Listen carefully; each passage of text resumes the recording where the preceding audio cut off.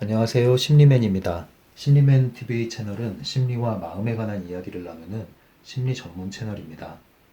구독과 좋아요로 응원을 해주시면 계속해서 좋은 영상으로 보답을 해드릴게요. 오늘도 계속 트랜서핑 강독 시리즈로 영상을 이어나가겠습니다. 지난 시간에 이어서 55페이지 트랜서핑의 비밀 55페이지 조직을 위하여라는 소 제목입니다. 먼저 우리가 어느 위치에 와 있는지 한번 보도록 할까요? 트랜서핑의 비밀 책 넘기시면 제1장 그림자와 춤추기라는 챕터를 우리가 다루고 있죠. 그래서 그림자와 춤추기 안에 있는 소제목 바로 조직을 위하여입니다. 항상 우리가 어느 위치에 있는지 알고 가면은 좀 더 우리가 지식을 체계화하는 데 도움이 되겠죠. 1장의 제목이 그림자와 춤추기예요. 그리고 그 1장 안에 우리 오늘 다룰 소제목이 조직을 위하여, 이렇게 딱 써놓고 시작하겠습니다. 먼저 그림자와 춤추기 이 안에 들어있는 내용들은 대부분이 펜듈럼에 대한 내용을 지금 다루고 있습니다. 펜듈럼을 다루고 있는데요. 이 그림자와 춤추기라는 제목이 뭘 뜻하는지 한번 살펴보고 가면 좋을 것 같아요. 그림자, 여러분들 햇빛 아래 여러분들이 서 있으면 바닥에 그림자가 상으로 맺히죠. 여러분들 그림자와 춤을 추면 그림자가 여러분과 함께 춤을 춥니까? 여러분이 그림자와 함께 춤을 춥니까? 너무 당연한 소리죠? 그림자가 나의 움직임에 따라서 장단을 맞춰주는 것이죠. 그림자의 주인은 실체인 나입니다. 그런데 트랜서핑 2.0이라고 하는 타프티라는 책에 보시면 훨씬 더 정교하게 설명이 되어 있는데 간단하게만 언급하고 넘어가겠습니다. 그 개념을 나중에 다룰 거예요. 거울이 있으면요. 거울 앞에 우리가 서 있습니다. 그러면은 거울에 상이 맺히죠. 이것을 그림자라고 생각하시면 돼요. 그러면 거울에 맺힌 내 모습의 주인은 나죠. 그러면 이 그림자를 다른 말로 현실이라고 보시면 됩니다. 또는 환경, 여러분들이 처하는 매번 환경이라고 보시면 돼요. 뭐 자아상이라고 보셔도 됩니다. 여러분들이 자신에 대해서 느끼는 자아 이미지라고 보셔도 됩니다. 그러면 이 거울의 움직임은 누가 통제할 수 있어요? 거울 밖에 있는 내가 통제할 수 있어요. 그래서 이 제목에서 우리 두 가지를 살펴봐야 돼요. 그림자가 누구냐 이거죠. 우리가 펜듈럼 안에 갇혀 있다면, 트랜서핑을 몰랐을 때라면 그림자가 곧 나였어요. 내가 곧 그림자였어요. 그래서 나는 그림자의 장단에 맞춰서 춤을 췄어요. 환경이 요동하면 나도 요동을 해요. 바깥의 일들로 인해서 내 마음도 일희일비하는 거예요. 그게 그림자를 따라 춤췄던 거죠. 그런데 이제 우리가 이 펜듈럼에 대한 실체를 알고 트랜서핑의 원리를 알았다면 이제 어떤 것이 그림자인지 아시겠죠? 나에게 일어나는 벌어지는 모든 사건들, 관계들, 환경들 이런 것들은 그림자에 불과하다. 이게 이제 타프티 시리즈에선 좀 더 정교하게 나간다는 건 뭐냐면 거울, 이 환경, 물질 세계 밖에 있는 세상을 얘기하죠. 비물리적인 세상, 에너지적 차원의 세상. 여기에 뭐가 있냐면 많은 무수한 필름들, 가능태의 공간들이 있다는 거죠. 그리고 우리는 이 물질적인 세계 안에 있는 이것을 거울을, 그림자를 조종하고 통제할 수 있는 선택권을 가지고 있는 내가 이제는 이 거울을 조종하는데 거울 안에 있는 그림자, 다시 말하면 나를 둘러싼 환경과 현실을 조종하는데 그것을 어떻게 하느냐? 그 방법이 여기서 애써서 이걸 바꾸는 그건 이제 내부 의도라고 그러죠. 노력하는 거. 그게 아니라 거울을 깨부셔도 소용없다는 거죠. 그게 아니라 이제 다운머리라는 개념이 여기서 나오죠. 그래서 에너지 정보 공간에 접속이 돼서 이렇게 슬라이드 기법을 활용을 해서 이 바깥에 비물리적 세상, 에너지적 세상을 이 세상에 작용하는 힘을 메타력이라고 하거든요. 이제 그 힘을 사용한다 이거죠. 그 힘을 사용해서 상이 여기에 맺히게 되는 것이죠. 그래서 가능태 공간에 있는 무수한 필름들, 시나리오들이 내가 선택을 했을 때 그것이 이 상으로 맺힌다. 그래서 이것이 현실로 나타난다. 거울면에 나타난다.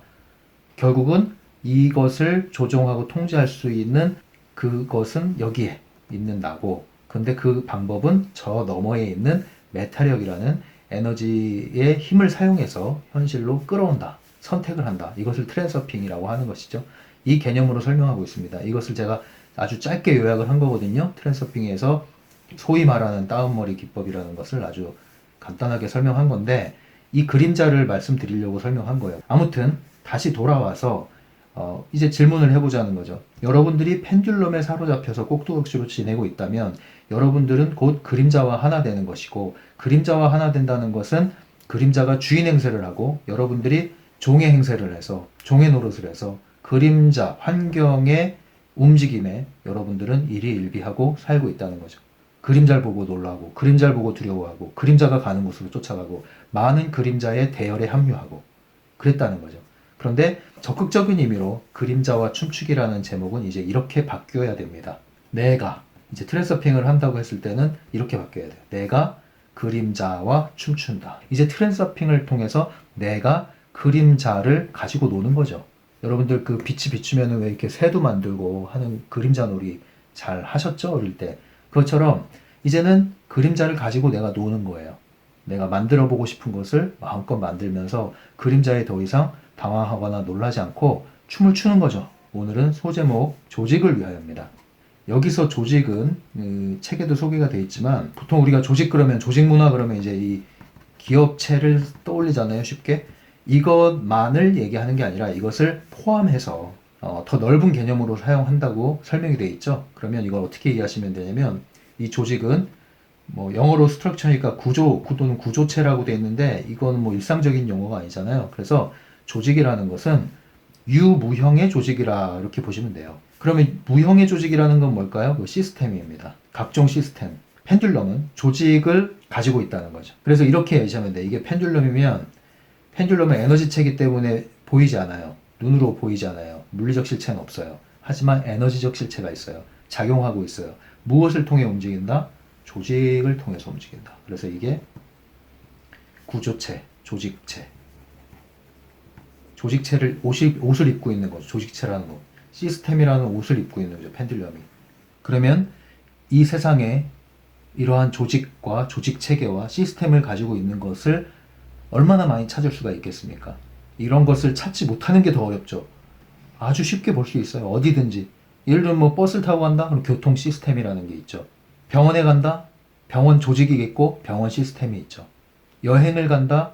여행을 알선하는 조직이 있고 여행을 하기 위한 시스템이 있죠. 이렇게 구조화가 치밀하게 그리고 거대하게 잘 조직화되어 있을수록 그것은 아주 펜듈럼이 공고화되어 있다.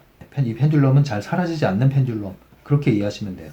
예를 들면 교육 분야에 이런 조직화된 조직 단체 또는 시스템이 뭐가 있을까요? 예를 들면 이제 교총이라는 단체가 있고 전교조라는 단체가 있죠. 하나는 이제 좌쪽의 이념을 대표하고 이거는 우쪽의 이념을 대표하고, 그렇죠? 어쨌든 트랜서핑의 관점에서는 둘 다 펜듈럼의 일종입니다. 다만 어떤 게 더 강력하고 어떤 건 좀 힘이 약하죠. 펜듈럼끼리 싸우게 되어 있습니다. 부딪히게 되어 있죠. 근로 또는 노동계에도 그런 게 있죠. 노총이라는 게 있고 민노총이라는 게 있죠. 하나는 좌쪽 이념을 대변하고 하나는 우쪽의 이념을 대변하고 둘 다 부딪힙니다. 펜듈럼이죠. 변호사 쪽도 그런 게 있고 학생도 다 체계화돼 있죠. 대학에 들어가면 다 체계화돼 있잖아요. 기수 대표, 학년 대표를 뽑고 과 대표를 뽑고 단대 학생회라는 게 조직화돼 있고, 그 다음에 총학생회라는 게 조직돼 있고 총학생회가 또 연합돼 있고, 그런 식으로 다 체계화돼 있어요. 다 펜듈럼이에요. 이 이면에 다 펜듈럼이 작동하는 거예요. 이런 게 잘 체계화가 공고히 되어 있을수록 펜듈럼은 오랫동안 지속 가능하다는 거죠. 우리가 육안으로 보면은 물질적인 사고만 가지고는 단지 그냥 조직이다 이렇게 이해하겠지만, 트랜서핑의 관점에서는 이러한 조직이 형성된다는 것, 조직이 공고화된다는 것은 펜듈럼이 더욱더 내재하고 있다 이렇게 이해하시면 됩니다. 그래서 조직이 굴러간다는 것은 우리가 그 이면에 펜듈럼이 에너지적으로 작동을 해서 계속 그 조직을 유지하고 강화하기 위한 펜듈럼의 활동이 일어나고 있다 이렇게 보시면 되는 겁니다. 팬덤도 그렇잖아요. 어떤 뭐 연예인이나 가수나 걸그룹, 우리가 아이돌 스타에 대한 팬덤이 있는데 그거 역시도 체계화되어 있단 말이죠. 시스템화되어 있단 말이죠. 중구난방으로 보이지 않아요. 규칙이 있어요. 그게 다 그 이면에 펜듈럼이 내재 스며들고 있는 것이죠. 자라고 있는 것이죠. 조직화함으로써 펜듈럼이 산출되기도 하고, 또 이러한 펜듈럼이 이러한 조직을 만들어내기도 합니다. 양방면이에요. 하나는 보이는 면이고 하나는 보이지 않는 면이죠. 이제 위하여라는 단어를 좀 풀어보셔야 돼요. 조직을 위하여 복무하는 사람, 조직을 위하여 헌신하는 사람. 트랜서핑에서는 펜듈럼의 지지자, 꼭두각시, 좀비, 마네킹이라고 부릅니다. 그러한 사람들은 왜 조직을 위하여 그렇게 일을 하는가? 거기에 숨어져 있는 게 있어요. 의지처를 찾기 때문에 여러분들은 이러한 시스템과 조직에 여러분들의 몸과 마음과 영혼을 맡기고 조직을 위하여 헌신을 하는 거죠. 왜? 의지처가 필요했거든요. 왜 의지처가 필요했을까요? 여러분들은 펜듈럼의 손에서 벗어날 수가 없고 펜듈럼의 손에서 내쳐지는 것이 두렵고 그렇다면 펜듈럼이 주는 먹이, 펜듈럼이 대출해주는 에너지를 먹고 이자를 갚는 거죠. 이거예요. 그래서 이러한 의지처를 필요로 하는 그러한 마음 때문에 조직은 계속 이러한 사람들을 이용하고 펜듈럼은 계속 이러한 사람들의 에너지를 빨아먹는다. 그래서 의지처라는 단어를 기억하시면 됩니다. 이제 책으로 다시 갈게요. 58페이지로 가겠습니다. 58페이지. 이러한 펜듈럼은 이렇게 스스로 자신을 보존하고 강화하기 위한 움직임을 갖는데요. 그런 움직임 중에 펜듈럼끼리 충돌이 일어나기도 하는 것이죠. 이기면 그 에너지를 또 흡수해 먹는 거죠. 네, 이런 일이 벌어지는 거예요. 그래서 펜듈럼은 기본적으로 공격성을 띠고 있다는 것인데요. 파괴적인 펜듈럼도 있고요. 하지만 어떤 펜듈럼은 단지 에너지를 그 순간 가져갈 뿐이지 이렇게 사람을 해치기는 파괴적인 펜듈럼으로 작동하지는 않는다. 그러한 형태의 펜듈럼. 이것을 플래시몹 펜듈럼이라고 지난 시간에 제가 설명은 못했는데 개념이 나와 있습니다. 그래서 이러한 펜듈럼의 속성을 일단 이해하시고요. 그걸 다시 책으로 오시면 맨 마지막 페이지 58페이지에 맨 마지막 단락에 서로가 먹고 먹히는 세상에서 나타나는 공격성은 펜듈럼의 첫 번째 법칙의 결과로 일어나는 것이다. 공격성은 펜듈럼의 산물이기 때문에 살아있는 자연의 필수 요소가 아니며 네, 이게 뭔 얘기냐면 이렇게 펜듈럼이라는 것은 공격성을 띠고 있다 그랬잖아요. 다시 말하면 공격성이라는 것은 펜듈럼의 산물이다 이거예요. 그렇기 때문에 본래의 자연은 이러한 공격성을 가지고 있지 않다. 펜듈럼이 존재하지 않는다는 가정하에서 존재하지 않았다는 가정하에서 본래의 자연이라는 것은 천연 자연이라는 것은 이렇게 공격적인 요소를 가지고 있지 않다.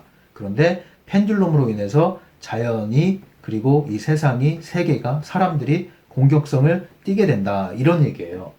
그러면서 하는 얘기가 제가 좀 흥미롭게 눈에 들어온 얘기가 이것은 지구 행성의 곳곳에서 확인될 수 있다. 예를 들어 뉴질랜드에는 실제로 맹수가 없다. 이제 제가 뉴질랜드 살고 있으니까 이 얘기를 할 수 있죠. 여기에는 뱀이 없습니다. 사자, 호랑이 이런 것도 없죠. 맹수가 없어요. 맹수가 정말로. 정말 순한 양들. 그래서 산에 가도 굉장히 안전합니다. 뭐 이렇게 사람을 괴롭히는 게 별로 없어요. 심지어는 이거 약간 징그러운 얘기일 수도 있는데 바퀴벌레조차도 애들이 순해요. 전반적으로 다 순해요. 개도 고양이도 다 순해요. 그러니까 전반적으로 양 같다. 사람들도 양 같다. 이렇게 막 도끼를 품고 독소를 품고 있는 사람들이나 동물들이 별로 없습니다. 다들 순해요. 이게 환경의 영향일 수도 있는 것 같은데 근데 재밌는 것은 뭐 이것은 제가 계속 살펴보고 있는 내용이긴 한데 그래서 그런지 그러한 환경이어서 그런지 몰라도 이곳에 있는 사람들 역시도 쉽게 이렇게 펜듈럼에 사로잡혀 있지가 않아요. 물론 대도시는 한국과 큰 차이가 없이 문명이 발달한 도시처럼 그렇게 펜듈럼의 기능이 활발하게 작동하고 있는데 전반적으로 여기는 목축과 농업으로 살고 있는 나라잖아요. 그리고 자연 친화적이고 어딜 가나 자연을 우선으로 여기고 있고 그렇기 때문에 그런지 몰라도 문명하고는 좀 거리가 있거든요. 이를테면은 뭐 유튜브가 이렇게 발달해 있지도 않고 SNS를 그렇게 사람들이 많이 하지도 않고 전반적으로 말씀드리는 겁니다. 그러다 보니까 아무래도 여기 사는 사람들이나 아니면 전반적인 환경이 굉장히 순합니다. 펜듈럼이 쉽게 낙질 못해요. 그리고 뭐 기본적으로 여기 현지인 키위라고 그러죠. 키위들의 특성도 개인주의적이고 아무래도 가족주의 중심적이고 그러다 보니까 이렇게 집단 문화 이런 것은 좀 적거든요. 뭐 어떤 문화가 좋다 나쁘다를 떠나서 그러한 형태가 기본적인 문화다 보니까 펜듈럼이라는 것이 쉽게 작동하기가 쉽진 않은 그런 구조를 가지고 있어요. 여기가 뉴질랜드라는 곳이. 아무래도 펜듈럼이 작동하려면 규칙이 있고 그 규칙을 따라주는 다수의 집단들이 동조 세력들이 있어야 되는데 여기는 그런 거 잘 안 하거든요. 각자 개인이 뭘 선택하든 그렇게 뭐 신경 쓰지 않고 또 존중해주고 요구하지도 않고, 그러니까 펜듈럼이 쉽게 작동하기 어려운 그러한 나라가 아닌가 그런 생각이 들어서 요거는 좀 흥미롭게 제가 짚고 넘어가겠습니다. 59페이지 보시면요, 중간에 더욱 친밀하게 접촉하기 위해서 사람들은 자신들을 하나로 묶어줄 수 있는 무언가를 본능적으로 찾게 된다. 여기에서 펜듈럼의 안정화 기능이 등장하는 것이다. 사람들의 욕구, 의지처. 사람들은 의지처를 찾아다니는 거예요. 뭐 사람 인자가 서로 기대고 있는 모양이라고는 하는데, 사람이 또 매슬로의 욕구 이론에서도 소속 욕구라는 게 있잖아요. 어딘가에 우리는 소속되고 싶어 하는 거예요. 제일 여러분들 견디기 힘든 게 무소속이잖아, 무소속. 그래서 재수, 삼수 하는 사람들이 힘들어 하잖아, 무소속. 어디 학원이라도 가서 소속감을 가져야 되는 거예요. 같이. 무소속이 이게 무서운 거야. 이게 무소속을 견딜 수 있는 힘이 여러분들이 있어야 돼요. 회사를 나왔어요. 뭐가 두려워요? 무소속이 두려워. 당신 뭐 하는 사람이에요? 뭐 있어야 되는 거는 직함이 있고 뭐 소속이 있고 타이틀이 있어야 되는데, 무소속은 아무것도 없어요. 그냥 이름이에요. 그런데 여러분들, 이러한 무소속의 힘을 아시는 분들, 무소속의 파워를 사용하는 분들이 바로 세상에서는 1인 기업가라고 보통 얘기해요. 비즈니스 세계에서는. 근데 이 사람들이 트랜스퍼가 될 수 있는 자질이 있다. 예. 물론 1인 기업이라는 것도 이제는 90년대에 이것이 시작이 됐지만, 흐름이 현재는 뭐 거의 이것도 이제 하나의 펜듈럼이 돼버렸죠. 그래서 이 펜듈럼 안에서 1인 기업을 하려고 하는 거는, 이거는 트랜서핑하고는 무관합니다. 펜듈럼입니다. 이거는 여러분들 아시는 분은 아실지 모르겠지만, 공병호 소장이라고 있죠. 공병호 경영연구소 공병호 소장님, 그 다음에 구본형 변화경영연구소장님 있어요. 근데 구본형 소장님은 돌아가셨죠. 그리고 공병호 소장님이 있는데, 두 분이 거의 뭐 양대 산맥이 아니었을까. 우리나라의 자기개발 시장에 물꼬를 튼, 저는 그렇게 생각을 하는데, 이 공병호 소장님의 저서 중에 1인 기업가 되기라는 책이 있어요. 제가 이걸 나오자마자 얼마 안 돼서 읽었던 기억이 있는데, 그때 굉장히 쇼킹했습니다. 굉장히 낯선 얘기죠. 지금은 뭐 다들 일반적인 것이 됐지만, 그 당시는 굉장히 낯선 얘기였어요. 왜냐면 정해진 시간에 출근, 정해진 시간에 퇴근, 그리고 월부터 금까지 열심히 일해서 월급 받는 생활, 이것은 누구도 의심하지 않았고, 여기서 벗어나면 그냥 백수였어요, 한량. 그런데 이 규칙을 깨버린 거죠. 그리고도 먹고 살 수가 있을 뿐 아니라 잘 먹고 잘 살 수 있다라는 것을 얘기한 것이 이 1인 기업가 되기의 내용 아니겠습니까? 근데 그 책에서 제가 굉장히 좀 인상을 받았던 것은, 첫 장에 이렇게 넘기면 뭐 여기 이 정도에 나오죠. 속지에 이렇게 소개가 되는데, 제 기억이 맞다면 이렇게 돼 있습니다. 왼쪽 페이지에 명함이 이렇게 그려져 있어요. 도안이. 그리고 여기에는 공병호 소장이 예전에 직장을 다닐 때 명함이 있고요. 그 오른쪽에 또 명함이 있는데, 여기에는 이름만 써 있습니다. 그리고 밑에 이런 내용이 있었어요. 여러분이 가지고 있는 명함을 꺼내 보십시오. 그리고 그 명함에서 여러분의 이름 석자를 남기고 모두 지워 보십시오. 그리고 남는 게 뭡니까? 그것이 여러분 자신입니다. 이 얘기죠. 굉장히 인상적이지 않습니까?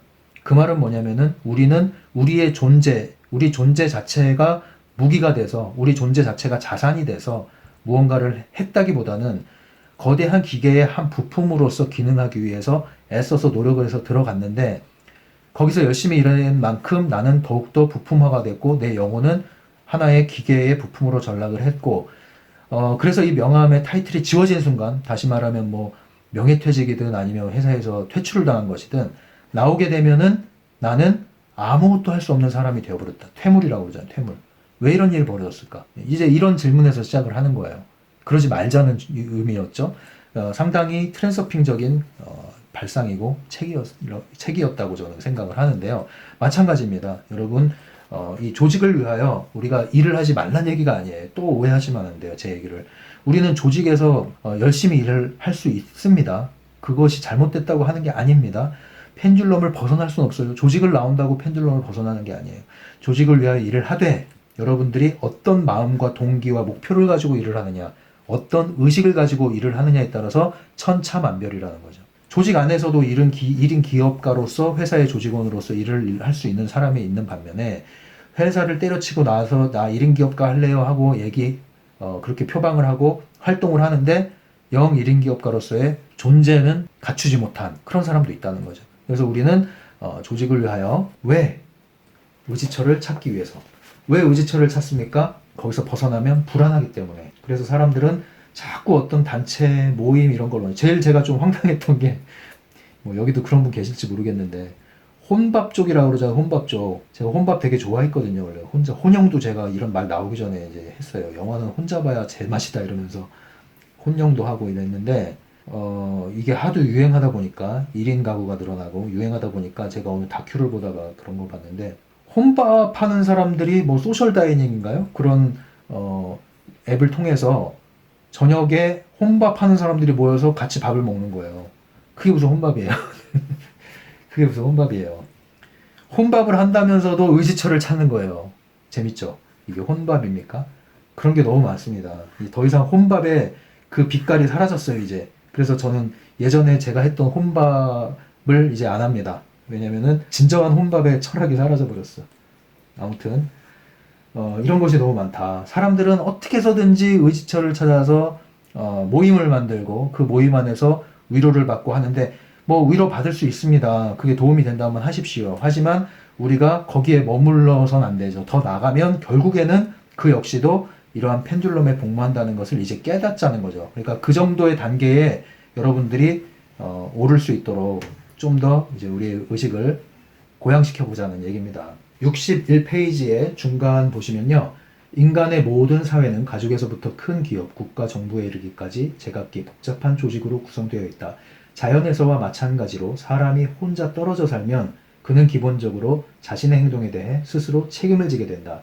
잘 알다시피 사회를 벗어나 출가한 사람들이 깨달음을 얻는다. 반면에 어떤 사람이 조직체의 한 구성 요소가 되어버리면 그는 대부분의 시간을 눈을 뜬 채로 잠들어 있게 된다. 그래도 그의 마음이 고난도의 기술로 제품을 생산하는 데는 아무 지장이 없다. 이 얘기가 뭐냐면요. 조직의 부품이 된 거예요. 생산성은 높아. 그걸 뭐라고 그래요? 조직에서 유능한 사람이라고 그래요. 일 잘한다고 그러죠. 쓸모 있는 사람이에요. 그런데 의식은 잠들어 있다는 거죠. 이러한 조직을 떠나고 무리를 떠나고 그래서 혼자 책임져야 되는 상황이 오게 되면은 각성 수준이 높아지게 되어 있습니다. 그래서 어느 정도 나이가 들어서 어른이 되면 성인이 되면 20세 되면 성인이 되고 그 다음에 10대 후반이면 거진 어른이잖아요. 그러면 그 정도의 대우를 해준다는 건 뭐냐면은 그때부터는 스스로 하게끔 자꾸 내버려 둬야 돼요. 스스로 하게끔. 근데 스스로 하게끔 못 내버려 두는 것은 누구 불안이에요? 부모 불안이에요. 그건 마치 자전거를 배우려고 할 때 처음에 우리 자전거 배울 때 이 보조바퀴 달린 걸로 배우잖아요. 자전거를. 보조바퀴 달린 걸 타고 배우면 뒤에서 잡아준단 말이에요. 잡아주다가 나중에 보조바퀴를 없애버리고 계속 잡아주죠. 그러면 놓지마 하는데 손을 놔요. 그러면 이렇게 쭉 가다가 손을 놓은 걸 알면 넘어져요. 그럼 왜 넘어져요? 겁이 나니까 넘어진 거예요. 그래서 몇 번 잡아주고 손을 놔줬는데 괜찮다는 걸 인식을 하면 그때부터 자신감이 붙어서 혼자 타기 시작하고 그때는 잡아주면 뭐라 그래요? 아 이거 나 혼자 할 수 있단 말이야 이러면서 이제 혼자 가잖아요. 그럼 자전거 배운 거예요. 출가하는 거죠 이제. 그런데 이거를 잡고서 안 놔.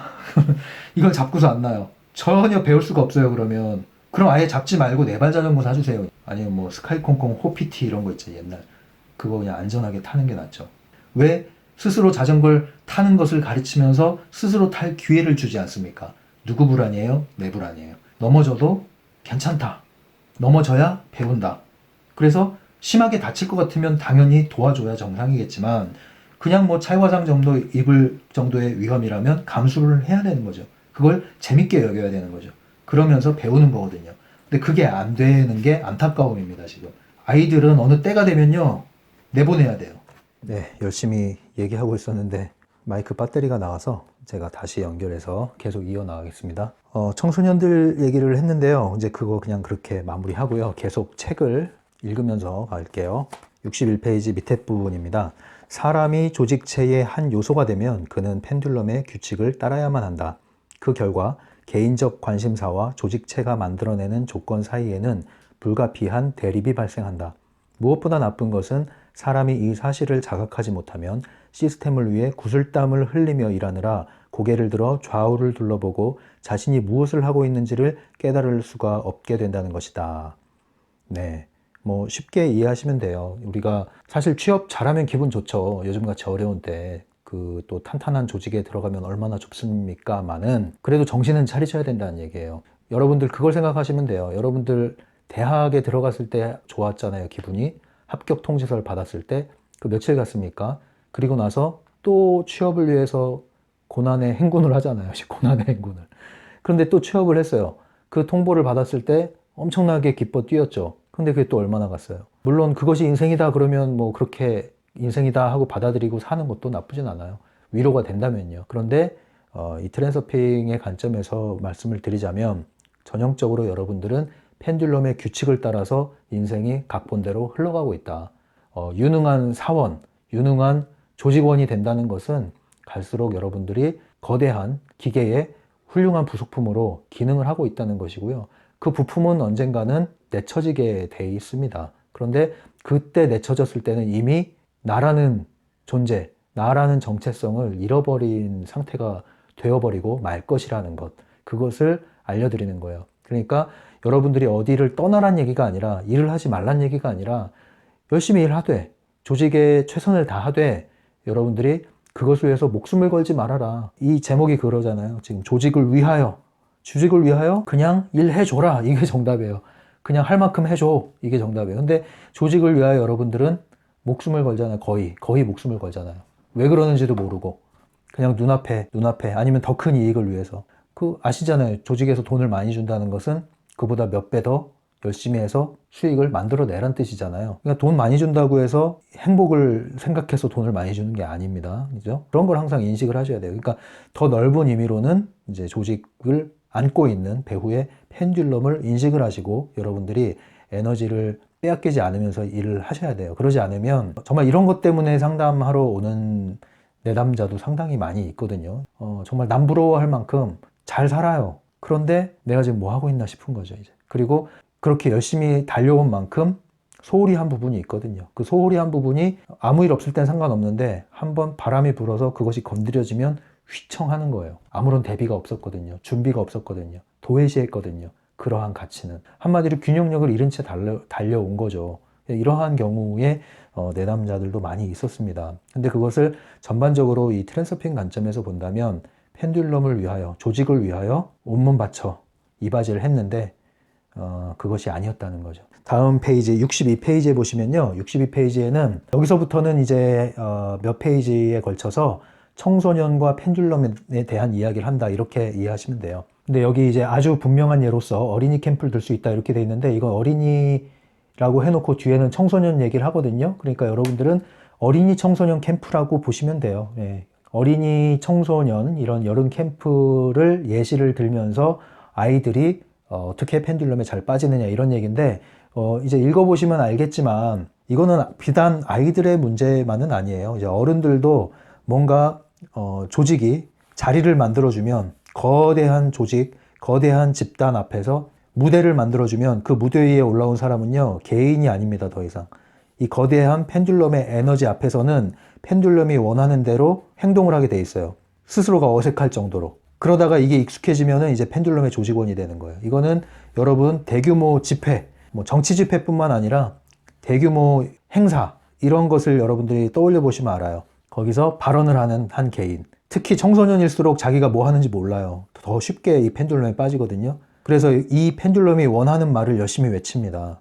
그러면 뭐예요? 엄청난 환호와 박수와 지지 갈채가 넘어오잖아요. 그거 보고 이제 익숙해지는 거예요. 그 익숙해진 순간 이제 이 아이는 이 펜듈럼에 더 포획된 거라고 보시면 돼요. 그래서 이 집단이라는 에너지, 집단의 장의 에너지, 이런 것을 단지 한 개인의 합이라고 여러분들 보시면 안 됩니다. 이 집단이라는 것은 굉장히 여러분들 펜듈럼에 빠지기에 매우 쉬운 구조를 띠고 있어요. 그래서 항상 이 집단을 여러분들이 경험하고 참여할 때는 이 집단의 에너지, 집단적 사고, 이런 걸 항상 유념하셔야 돼요. 여기에 대해서는 제가 링크를 걸어드리고, 그리고 이 부분의 화면 오른쪽 상단에도 아마 링크를 제가 걸게 될 텐데, 그 영상을 꼭 한번 보세요. 안 보신 분들은 꼭 챙겨보세요. EBS 지식 채널에서 오래전에 만든 영상인데, 제목이 환상적인 실험이라는 2편의 영상이거든요. 그걸로 이 얘기를 대신 할게요. 얼마나 집단이라는 것이 무서운 것인가, 그걸 펜듈럼의 관점에서 여러분들이 한번 보시기 바랍니다. 개인의 여러분들 힘을 너무 과신하지 마십시오. 한 개인이 어떠한 집단의 상황 속에 들어가게 되면은 개인의 소신을 유지하고 지키는 것이 쉽지 않습니다. 그게 펜듈럼이라는 것이 여러분들이 싸워서 이길 수 있는 것이 아니에요. 깨어 있어야 돼요. 그러지 않으면 이러한 무대 위에서 여러분들은 펜듈럼을 위해서 복무하고 거기서 받은 에너지로 인해서 여러분들은 자연스럽게 젖어 들어가게 됩니다. 그 다음 64페이지에 가시면 중간 밑에 청소년만 펜듈럼의 영향을 받는 것이 아니다. 성인 또한 그 영향권에 놓여 있다. 이 얘기죠. 여기서부터는 이제 소제목이 성인과 펜듈럼에 대한 얘기가 나가는 거죠. 65페이지 중간에 하지만 나는 사람이 조직을 벗어나서 살아야 한다고 말하려는 게 아니다. 펜듈럼의 세상으로부터 멀리 떠나 산으로 들어갈 수 있겠지만 만일 그곳에서도 눈을 뜬 채 꿈꾸는 것과 같이 무의식적으로 살아간다면 변하는 것은 아무것도 없을 것이다. 내가 말하고 싶은 것은 사회 조직 속에 머물면서도 자기 운명의 주인이 되라는 것이다. 이거 역시 제가 말하고 싶은 겁니다. 네, 따로 토를 달 필요가 없네요. 이 내용입니다. 그 다음에 66페이지로 넘어가셔서 굉장히 유명한 얘기가 나오죠. 여기 볼딕체로 되어 있는데 이거는 여러분들 책을 갖고 계신 분들은 저랑 같이 읽어보겠습니다. 자신은 자기 자신으로, 다른 사람들은 그들 자신으로 존재하도록 놓아두라. 그러면 어떻게 하면 우리가 이러한 의지처를 찾는 마음을 벗어나서 펜듈럼을 위하여 복무하는 꼭두각시가 되지 않을 수 있겠느냐? 그거에 대한 이야기가 66페이지 하단에 나오는 겁니다. 자신의 입장을 확고히 지키는 방법. 첫째, 죄책감에서 벗어나라. 두 번째, 자신의 중요성을 지키고 내보이려는 짓을 멈추어야 한다. 죄책감은 왜 이야기를 하냐면요. 죄책감이라는 것은요. 죄책감 때문에 우리가 뭔가 의지처를 찾게 되는 거예요. 이게 뭐냐면 면죄부를 받으려고. 이 죄책감이 꼬리표처럼 계속 이걸 벗어내지 못하시는 분들은 이거 스스로 만들어내는 거거든요. 시작이 어땠든 간에. 남들은 아무 생각 없어요, 사실. 근데 스스로가 미안하고 스스로가 죄스럽고 그러니까 자꾸 뭐예요? 거기서 벗어나기 위해서 선한 행동을 하죠. 어색한 행동입니다, 이게. 그럼으로써 다시 좋은 피드백을 받아서 이걸 무마시키려는, 죄책감을 무마시키려는 그 행동을 계속 하게 되는데 여기서부터는 진짜 내가 어떤 잘못한 죄를 지어서 정말로 그걸 용서를 구해야 되는 게 있다면 그 합당하게 그걸 구하고 용서받으면 끝이에요. 그런데 이것을 계속 갖고 다니는 사람들이 있단 말이에요. 그 사람들은 이러한 선이라는 굴레에서, 죄책감과 선은 동전의 양면이거든요. 선과 악이. 이 굴레 안에서 계속 여러분들이 이 속박 안에서 벗어나지 못하는 일이 벌어집니다. 그 무리들 안에 들어가서 나는 선한 사람, 착한 사람, 봉사하는 사람, 헌신하는 사람이 돼서 이것을 무마시키려고 하는 거죠. 이런 것에서 나오셔야 돼요. 그러지 않으면 계속 의지처를 찾게 된다. 두 번째는 자신의 중요성. 이건 중요성을 낮추란 얘기죠. 중요성을 낮추란 얘기예요. 중요성을 갖고 있는 순간 여러분들은 의지처를 또 찾게 돼요. 왜냐? 중요성이라는 것은 열등감도 중요성의 한 방면이에요. 지나친 열등감이 근자감을 불러오는 거죠. 열띠게 아주 자신을 갖고 행동을 하죠. 과도한 자신감을 갖게 됩니다. 왜 그럴까요? 열등감을 감추기 위해서. 그런데 열등감은 또 왜 느낄까요? 열등감은 나는 이런 사람이어야 해. 나는 적어도 이런 사람 대우를 받아야 돼. 그런데 거기에 못 미치는 대우를 받으니까 상대적으로 나는 열등감을 느끼게 되는 겁니다. 내가 아무것도 아니면요. 열등감을 느낄 필요도 없어요. 자신감을 고취시키려는 그러한 구호를, 자기 최면을 걸 필요도 없습니다. 그냥 나는 나죠 뭐. 네가 뭐라고 하든. 그러니까 왜 그런 거 있잖아요. 그물에 걸리지 않는 바람처럼. 그죠? 바람이 그물에 걸리지 않는데요. 되게 멋진 말 아닙니까 이거? 그것처럼 내가 아무것도 아니면, 여기서 아무것도 아니라는 게 그 자학, 자책하란 뜻이 아니라 그냥 바람 같다면, 물과 같다면 네가 나한테 어떻게 하든 간에 그게 무슨 상관이 있냐는 거죠. 아무런 문제가 없다는 거죠. 이게 중요성의 제로 상태예요. 이게. 이렇게 되면 여러분들은 의지처에서 자유로워지게 되고 조직에서 여러분들이 의식을 가질 수 있고 깨어있을 수 있고 그러면 펜듈럼으로부터 자유로울 수 있다. 이 얘기예요. 68페이지 오시면 볼딕체 중요한 기준은 사람이 자기의 일을 얼마나 잘하느냐가 아니다. 조직의 관점에서 보면 얼마나 알맞게 하느냐가 중요한 것이다. 이건 뭐냐면요. 일종의 처세술이에요. 트랜서핑적 처세술. 조직에 계신 분들 대부분이 조직에 계시고 조직에서 일을 하시겠죠. 어떻게 하면 여러분들이 잘 나갈 수 있을까요? 회사 안에서. 아니면 최소한 여러분들 불이익을 당하지 않을까요? 그것은 여러분들이 어떤 기준을 갖고 있든지 상관없이 여러분들이 만약에 열심히 일을 해야 돼. 그리고 그 노력만큼 보상을 해줘야 돼라는 관념을 갖고 계신다면 트랜서핑 관점에서는 그게 맞는 말이긴 또 하지만 틀린 말이기도 해요. 왜 그럴까요? 트랜서핑에서는요, 조직은 내재적으로 펜듈럼을 가지고 있기 때문에 펜듈럼의 속성은 조직을 유지하고 강화하고 보존하기 원한다. 그렇기 때문에 거기에 조직의 구성원들은 펜듈럼의 먹잇감으로서 잘 기능해 줘야 된다. 그 말은 뭡니까? 이 조직이 잘 굴러갈 수 있도록 조직이 원하는 걸 해줘야지 네가 옳고 네가 혼자 잘한다고 펜듈럼이 좋아하지 않아. 이 조직 전체가 잘 굴러갈 수 있도록 네가 기능을 해주면 나는 너를 살려둘 거야.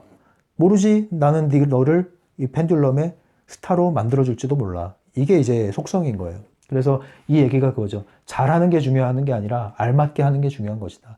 네, 물론 뭐 여러분들이 그렇다 그래서 부정부패를 저지르라는 얘기는 아닙니다. 그것은 부패한 집단이라고 하는 것이죠. 그러한 부패한 조직은 나오시는 게 맞죠. 그런 것은 굉장히 파괴적인 펜듈럼으로 작동할 수밖에 없습니다. 근데 그러한 유형의 펜듈럼, 그러한 유형의 조직이 아니라면 여러분들은 펜듈럼의 속성을 지닌 조직을 이해하셔서 여러분들이 막 거기에 목숨 걸고 헌신할 것이 아니라 여러분들이 그 조직에 잘 융화가 되는, 그걸 융화가 된다고 그러는 거예요. 쉽게 말해서 처세라고도 얘기는 하죠.